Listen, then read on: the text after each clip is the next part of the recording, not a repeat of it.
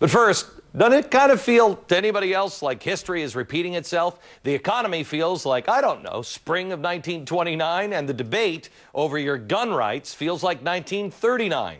That's the last time the Supreme Court addressed the constitutional right to bear arms. That is, until yesterday, when the court heard oral arguments surrounding the D.C. handgun ban. Now, to me, and hundreds, thousands of others, there's no question our founding fathers believed in responsible gun ownership and constitutionally guaranteed that right in explicit terms. They weren't doing it for hunters. They were afraid of big government. Too bad Washington, D.C. seems to have forgotten the whole Constitution thing. Maybe we should move the Constitution to someplace where they might read it once in a while, like, I don't know, in the congressional bathrooms or something. Since 1976, the District of Columbia has banned all handgun ownership except for retired D.C. police officers. The district also requires other firearms, like simple rifles, to be kept disassembled or with trigger locks on. Keep in mind, only lawful citizens obey the gun ban. Criminals, I haven't had a problem with, ignoring it. For decades, D.C. has been the capital for gun crime. This case has both sides of the gun debate holding their collective breath. The court's decision will certainly have a national impact. So far, the justices have repeatedly suggested that Washington's sweeping gun ban infringes on our right to keep and bear arms. In fact, in the words of Chief Justice John Roberts, what's reasonable about a total ban on gun possession? I, for one, couldn't agree more. Wayne LaPierre is the executive vice president of the National Rifle Association, an organization I am proudly a lifetime member of, and he was in court and heard the oral arguments yesterday. How did you come away feeling yesterday, Wayne? Glenn, I came away with what I went in. All human society is best served by good people being able to defend themselves against those that would do evil to them and hurt them. In Washington, D.C., if the glass breaks in the middle of the night and you're all alone there, you cannot own any type of firearm at all to defend yourself against the people that would kill you. And that's not reasonable, and it's unconstitutional, and I believe that's the way the court's headed. I have to tell you, I'm confused because the Bush administration came out, the Justice Department, and filed a brief that said, you can't go crazy here and give everybody every right. And they kind of, in a way, came out against our right to own guns. And yet Dick Cheney came out, first time a vice president has ever done this, and said, I just want you to know I don't agree with the administration and the Justice Department.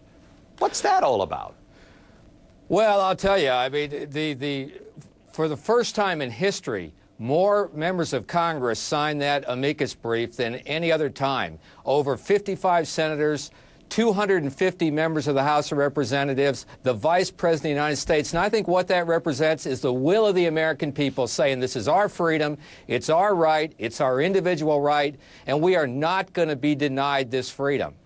Wayne, I've been reading the Founding Fathers an awful lot because I just think our country is in real trouble. We're losing so much of what we started at. And as I read the actual words of the Founding Fathers and I see what they talked about, they knew that they were afraid of government. They were not afraid of, bears coming out of the woods. They wanted people to have the right to protect themselves against an out-of-control government. When did we lose a court system to this evolutionary law that we have now, where they look at, let's look at what we said back in 1940 or 1939 or 1920. When did they stop looking at the Founding Fathers' intent? I couldn't agree more. From the 1700s up until the 1950s, it was unquestioned it was an individual right. Thomas Jefferson, James Madison, Patrick Henry, Sam Adams, George Mason, all individual right. Justice Story, the most noted Supreme Court justice of the 1800s, other than John Marshall, individual right. When Congress looked at this after the Civil War and said we're going to restore the rights of slaves, Second Amendment, individual right. It wasn't until you got this Miller decision that still said it was an individual right. It talked about a sawed-off shotgun, whether it was appropriate for militia use, but it said it's individual, it's the individual right of citizens. That's been twisted in the last 20 years and turned into a lie that became this popular fairy tale that somehow in the Miller decision they said it was only a collective right of the government. Well, The American public knows better than that. This has been going on in Washington, D.C. for years and years. It's 30 years. Somebody asked me today, Glenn, how come this is now 30 years on the books and it's just now being challenged? My explanation was nobody wanted to push it on either side because they were kind of happy with the stalemate because you didn't know which direction it was going to come out. Is that an accurate statement, would you say?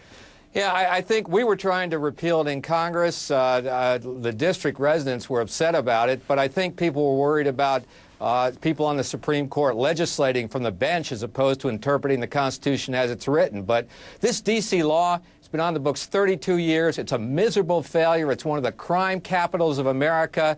It's taken away protection on the part of the law-abiding people. And the D.C. criminal justice system is a revolving door. If it catches the bad guys at all, it takes them in, it turns them back out. It's open season on the honest citizens, and the honest citizens don't want to be denied their constitutional right to protect themselves anymore.